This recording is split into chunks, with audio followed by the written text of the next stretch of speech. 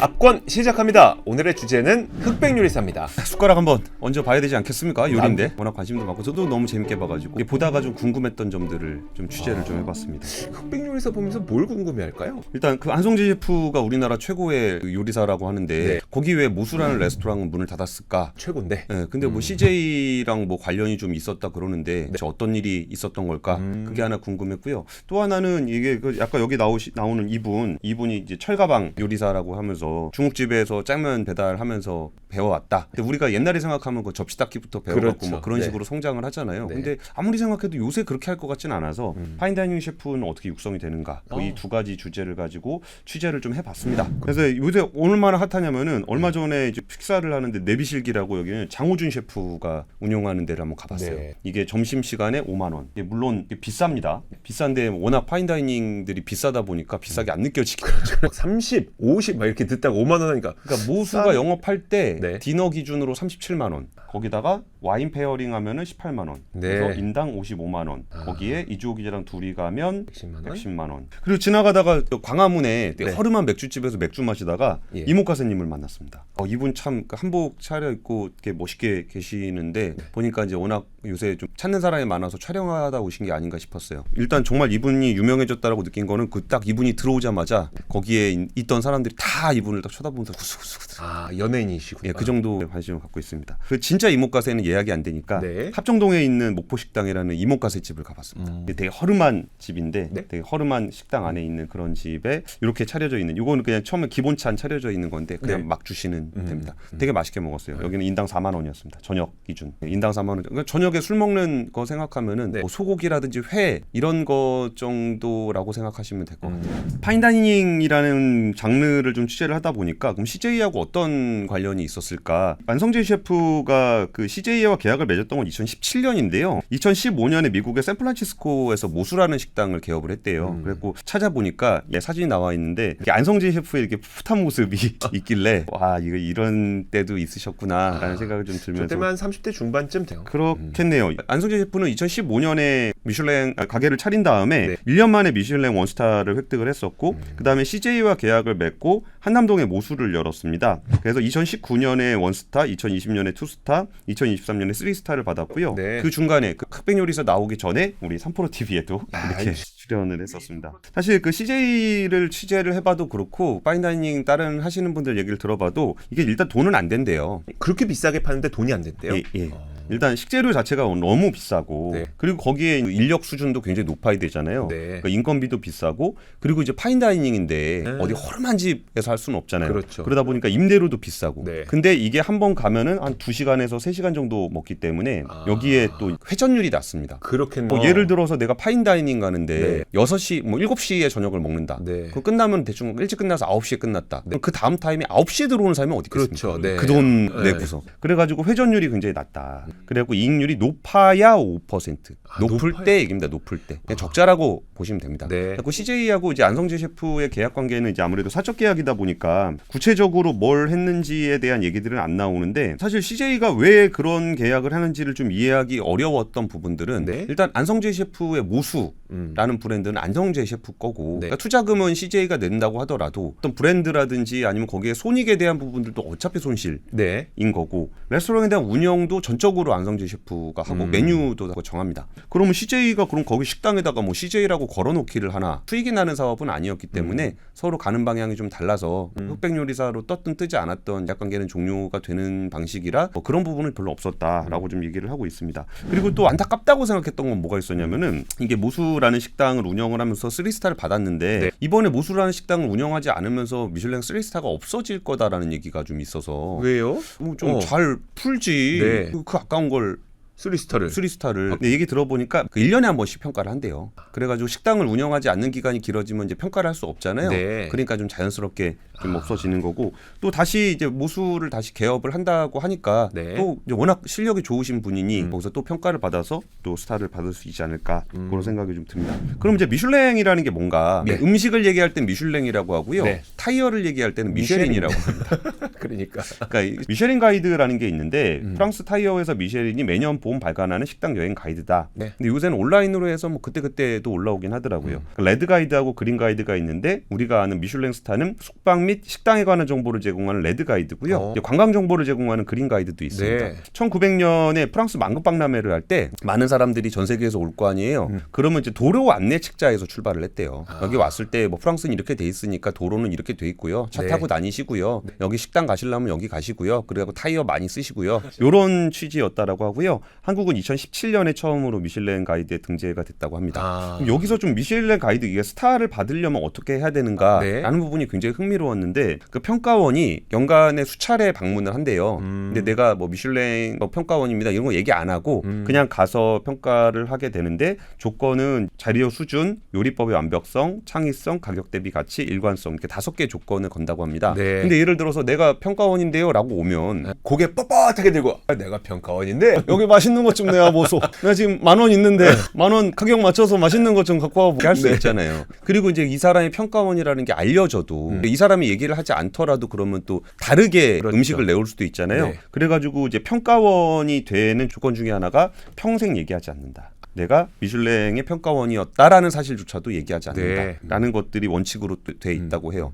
그리고 여기서 이제 일관성이라는 거는 그날만 맛있을 수도 있으니까 맞아요. 한두 번, 뭐 서너 번 가보고 그리고 이제 또 크로스로도 가보고 뭐 그런 식으로 해서 일관성을 평가를 한대요. 네. 근데 이 그럼 원스타, 투스타, 쓰리스타는 어떤 얘기냐? 의미일까? 그럼 원스타는 맛있다. 그리고 투스타는 굳이 갈 만큼 맛있다. 쓰리스타는 여행을 글로 갈 정도로 맛있다. 해외까지도 갈 수 있다. 예. 그러니까 동선에서 좀 멀어도 가보겠다라는 게 투스타고 여긴 아예 동선을 거기로 정하고 가는 것이 쓰리스타다. 그 쓰리스타를 받는다는 거는 전 세계적으로 좀 인정을 받는 그런 겁니다. 그럼 쓰리스타 얘기를 하기 전에 아까 제가 파인다이닝은 돈이 안 된다고 그랬잖아요. 그 미슐랭의 저주라는 게 있습니다. 미슐랭을 받으려면 아까 말씀드렸던 것처럼 식재료도 굉장히 좋아야 되고 지역도 좋아야 되고 서비스도 좋아야 되고 뭐 이런 것들이 너무 좋아야 되고 또 이게 미슐랭 스타를 받으면은 또 셰프들의 또 몸값도 올라가기 때문에 여기서 14년간 미슐랭 스타 레스토랑을 관찰해 보니까 폐업률이 40%에 달했다. 네. 폐업률이 높은 거 정도는 폐업을 안 한 데도 있는 거죠. 네, 그렇죠. 적자지만 네. 뭐 그럼에도 불구하고 매출은 원스타 받으면 30%, 네. 투스타 받으면 50%, 쓰리스타는 100% 매출을 낸다. 뭐 이런 얘기들도 좀 있기는 해요. 근데 이제 폐업률은 굉장히 높다라는 거고요. 이게 미슐랭이라는 것의 어떤 너무 권위가 강하다 보니까 2003년에 프랑스 최고 요리사라고 불리는 루아조 셰프가 자살을 한 적이 있다는 거예요. 자살이요? 근데 이분은 프랑스 최고 훈장인 레지옹 도니를 받을 정도의 최고의 셰프. 막 뉴욕 타임즈 일면에도 보도가 나왔었던 그런 분인데 이 분이 등급에 대한 스트레스를 너무 많이 받아가지고 결국은 자살을 한 사건도 있었다고 합니다. 진짜 안타까웠던 점은 그 다음날 등급이 나왔는데 3스타가 유지가 됐다. 아이고 스트레스 받아서 자살했네. 참 안타까운 일이죠. 네. 그리고 이제 여기 또 이게 프랑스에 세비스타엥 브라라는 셰프가 있는데 이분은 아버지 때부터 18년간 미슐랭 스타를 받았는데 나 이거 반납할래요. 내가 이거 미슐랭 받으려고 그렇게 막 공을 들이고 뭐 거의 강박적으로 이렇게 하다 보니까 너무 스트레스도 많고 오히려 이렇게 하다 보니까 나의 요리의 창의성과 개성과 뭐 이런 부분들의 요리의 즐거움이 너무 사라졌다. 그래가지고 좀 반납하겠다라고 좀 얘기를 했답니다. 그러니까 미슐랭에서 뭐라 그랬는지 아세요? 그걸 네가 왜 반납을 해? 미슐랭 스타는 그때 나왔던 표현이 미슐랭 스타는 물건이 아니다라고 좀 얘기를 했다고 합니다. 그래서 그러니까 미슐랭을 받는다고 해서 그 레스토랑의 어떤 부와 명예, 그러니까 명예가 주어지는 건 맞지만 뭐 부가 엄청나게 커지고 뭐 이런 부분들은 좀 아닌 것 같아요. 실제로 미슐랭을 받거나 아니면 셰프로서 유명해진 분들이 실제로 돈을 버는 과정들을 보면은 조금 더 낮은 수준의 대중 레스토랑을 프랜차이즈로 하거나 그 위에 미슐랭 받은 레스토랑이 있으면은 좀 더 가격대가 낮은 그런 대중 레스토랑을 만들거나 아니면은 이제 밀키트 같은 거 만들어서 대중적으로 판매하는 거 뭐 이런 식으로 좀 돈을 벌지 이 파인다이닝 자체로 돈을 벌지는 못한다고 해요. 그리고 이제 미슐랭의 저주 중에 좀 이렇게 안타까운 부분들은 뭐가 있었냐면은 코펜하겐의 고급 레스토랑이 어두운 진실과 마주하다. 이게 파이낸셜 타임즈 보도였어요. 여기가 어떤 데냐면은 덴마크에 있는 노마라는 레스토랑이에요. 근데 여기 노마라는 레스토랑은 진짜 그 2003년에 열었는데 그러니까 스칸디나비아 요리를 재창조한 걸로 찬사를 받았던 굉장히 멋있는 이런 데입니다. 그리고 인당 $500 60만 원에 달하는데 전 세계 미식가들이 찾는 그런 레스토랑이에요. 그러니까 전 세계 최고라고 꼽고 있습니다. 그 전 세계 최고를 뭘로 기준으로 하냐에 따라 좀 다르긴 하지만 세계 최고의 레스토랑 뭐 50비 이런 거 하면은 1등 2등하는 그런 레스토랑이고 심지어 너무 이 그 코펜하겐에 있는 여기 그 노마를 중심으로 한 레스토랑들이 워낙 인기가 많다 보니까 코펜하겐을 방문하는 방문객의 4분의 1은 음식을 먹으러 왔다. 라고 할 정도의 노마의 영향력이 좀 강했고요. 네. 파이낸셜 타임즈 보도를 보면은 한 달에 예약 건수, 예약 신청 건수 신청 건수 10만 건. 여기서 파이낸셜 타임즈가 이제 보도를 했던 내용들은 뭐였냐면은 네. 이게 주당 5일 반 동안 아침 8시부터 새벽 2시까지 일했어요. 얼어붙은 빗속에서 오리 깃털을 뽑는 것을 봤습니다. 아. 깃털로 뒤덮여 손은 발톱처럼 붙어 있었습니다. 열악한 근무 환경, 도제식 교육과 학대, 착취적인 노동 관행, 사치스러운 식재료와 낭비 이런 부분들이에요. 네. 여기서 나왔던 구체적인 얘기들은 뭐가 있었냐면은 뭐 성차별, 인종차별, 괴롭힘, 위험한 근무 환경, 막 휴대폰 튀김기에 막 집어 던지고, 네. 막 소믈리에가 성폭행하고, 뭐 진짜 커피가루 막 피부에 붙어가지고 다 녹아내리고 있는데도 병원을 안 보낸다거나, 뭐 이런 일들에 대한 증언들도 좀 나왔습니다. 네. 그러면서 진짜 3개월을 인턴을 쓰는데 근데 이게 이 세계적인 레스토랑에서 3개월간 인턴을 한다는 게 얼마나 엄청난 거죠. 커리어가 네. 되잖아요. 그러니까 갔는데 급여는 무급. 근무 시간은 8시부터 새벽 2시까지. 네. 그래서 거기에서 인턴 근무를 했던 사람들의 증언은 참 가족 같은 회사다. 근데 워낙 권위가 강하기 때문에 여기서 만약에 내가 나 여기 진짜 못하겠다. 이 사람 진짜 나쁜 사람이다. 라고 얘기해가지고 이제 여기에서 떠나겠다라고 한다면은 코펜하겐에서는 아예 그 동네 레스토랑에 발을 붙이지 못할 정도의 그런 폐쇄성이 네. 있었다고 합니다. 그 파이낸셜 타임즈의 보도가 굉장히 흥미로운 점은 뭐가 있었냐면은 우리가 그 아름다운 음식과 맛있는 음식을 보고 싶어하지 네. 그 요리를 만드는 사람이 어떤 근무 환경에서 일하는지에 대해서는 관심을 너무 끄고 있었다. 아, 그러네요. 라는 좀 얘기를 하고 있어요. 이렇게 아름다운 레스토랑의 이면에는 네. 그런 착취와 도제식 교육 그리고 요리라는 폐쇄적인 공간 안에서 일어나는 열악한 노동 네. 환경들이 좀 있었습니다. 근데 노마는 참 이것도 참 안타깝다고 해야 되는가 뭔가 변화라고 해야 되는가를 봤을 때 올해 말에 문을 닫을 예정이래요. 그러면서 그러니까 노마 3.0 성명을 발표를 했는데 네. 올해 말부터는 식품 연구소로 바꿔서 새로운 요리와 상품을 개발하는 그런 연구소가 되겠다라고 네. 좀 전환을 했다고 해요. 미슐랭 가이드에는 미슐랭 스타 말고 네. 몇 개가 더 있어요. 그중에 빅구르망. 빅구르망은 대중적인 식당 기준입니다. 네. 여기는 한국 기준으로 한 45,000원 정도 대중 이하로만 네. 평가를 하는 우리가 55만 원은 못 먹어도 그래. 마음 좀 쓰면은 45,000원 정도는 먹을 수 생일 있잖아요. 때 그 정도 할 수 있는데 네. 그 중에 또 하나가 뭐가 있었냐면 그린스타가 있습니다. 그린스타. 그린스타는 뭐냐면은 이게 그 식자재 공급 그리고 식당 운영 네. 그리고 폐기 플라스틱 사용, 폐기할 때도 얼마나 깔끔하게 잘 폐기를 하느냐, 뭐 리사이클링을 얼마나 잘하느냐를 가지고 그린스타라는 등급을 또 만들고 있습니다. 네. 그래서 전 세계 한 550개 정도의 레스토랑이 있는데 한국에는 3군데가 있더라고요. 파테피다, 기가스, 비오또. 이렇게 뭐 레스토랑들이 좀 있습니다.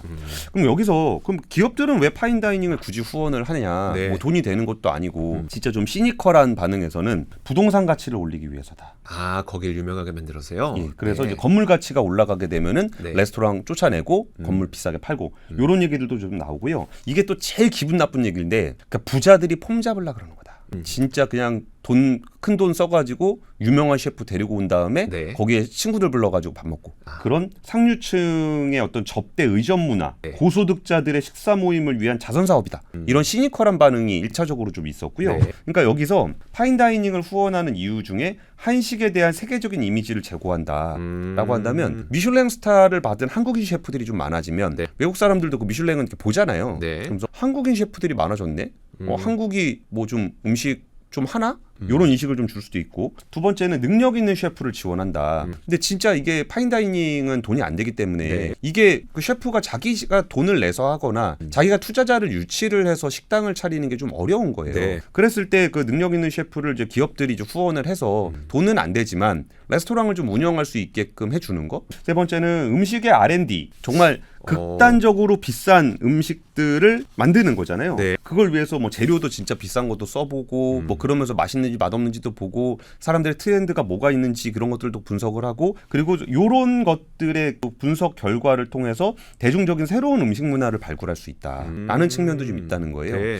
우리나라에서는 신세계 같은 경우가 이제 조선호텔 여기다가 이제 레스토랑을 좀 운영하고 있고 여기 운영하는 식당이 라망시크레, 이따닉 가든 이런 식당들이 있고요. 그리고 이제 꼭 그 모수 아니더라도 CJ가 운영하는 CJ가 운영하는이라는 표현도 사실 맞지는 않는 것 같긴 해요. 후원하는 정도가 네. 맞을 것 나왔고 몽중원이라든지 그리고 소설 한남, 덕후 선생 그리고 주애. 근데 보통 CJ적으로 설명할 때 자기네 이름 굳이 올리지 않는데요.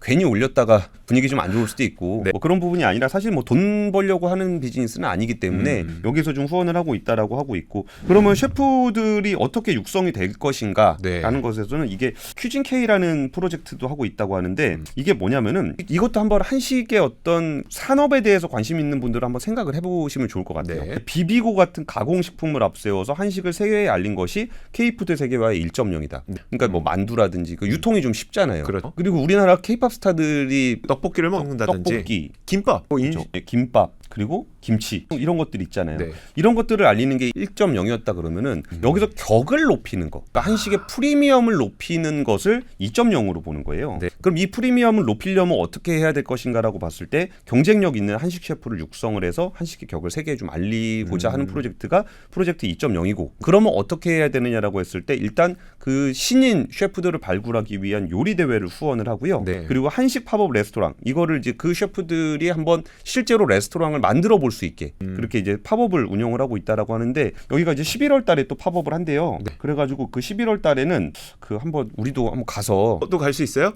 그 봐서 저한테 잘 보이면 피디님 입맛 다시는 것 같은데 여기서 촬영하셔야 됩니다. 그러니까 이거 하면서 그 셰프들한테 물어보려고요. 예전처럼 진짜 뭐 철가방부터 올라오냐 아니면 요새는 좀 어떻게 되느냐 그리고 이제 진짜 우리나라 셰프들이 세계적인 셰프로 성장하기 위해서는 좀 어떤 지원들이 필요하냐 그런 얘기 좀 물어보고 싶고요. 근데 사실 우리가 예전에 한식 세계화라 그러면은 5글자로 대비되는 약간은 좀 부끄러운 5글자요? 두유노 김치? 네, 그랬죠. 네, 정부가 자금 지원해가지고 김치 연구소 같은 거 만들어서 괜히 그 맵다는 거 외국인들 괜히 그 김치 먹여가지고 그리고 이건 세계적이지 않다 그래갖고 안 매운 김치 만들어가지고 이게 김무치 아니냐 막 이런 소리나 또 듣고 그래서 이제 한식 파인다이닝 유명한 레스토랑에서 실습을 할 수 있게 하고 물론 무급으로 뭐 양파 하나 까고 그러면 안 됩니다.